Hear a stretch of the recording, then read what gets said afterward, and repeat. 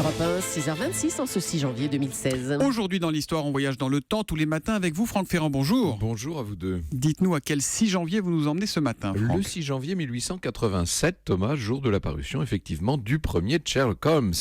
Le titre Étude en rouge, Study in Scarlet en anglais. Le roman n'est pas encore édité sous forme de livre. Ce 6 janvier 87, les lecteurs le découvrent le détective et le docteur Watson dans un journal, le Beaton's Christmas Annual.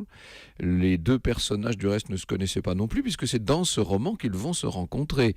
Ils cohabitent à la célèbre adresse du 221 B Baker Street à Londres. Ce numéro n'existe pas, vous savez, mais ça n'a pas empêché un certain nombre de lecteurs d'y envoyer des lettres au nom de Sherlock Holmes pour lui demander de les aider dans un certain nombre d'énigmes et d'affaires criminelles. Dans des vraies affaires criminelles. Oui, tout à fait. La fiction s'invite dans la réalité, Exactement. en fait. Et c'est un succès immédiat, Franck ? Non, pas vraiment. C'est un succès d'estime plutôt. C'est déjà beaucoup pour l'auteur. Il faut savoir que Conan Doyle a eu du mal à se faire éditer, mais oui.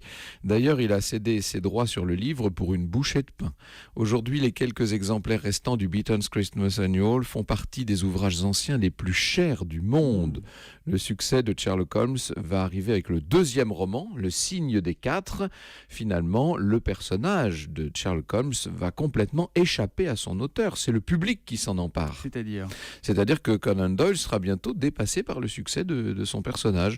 Les lecteurs réclament des aventures de Sherlock Holmes au point que l'auteur finisse par se fatiguer de son génial détective. D'ailleurs, il va aller jusqu'à le tuer dans une de ses histoires, mais la pression du public est telle, et celle des éditeurs aussi, qu'il va falloir le ressusciter bien vite. Enfin, ça, c'est une autre histoire. Les vrais héros ne meurent jamais, c'est bien connu. L'histoire, on la retrouve avec vous tout à l'heure à 14h. Vous nous parlerez de quoi, Franck ? On restera en Angleterre pour évoquer le meurtre de l'archevêque de Canterbury, Thomas Becket. Au cœur de l'histoire, rendez-vous à 14h avec Franck Ferrand. À tout à l'heure, Franck. Bonne journée.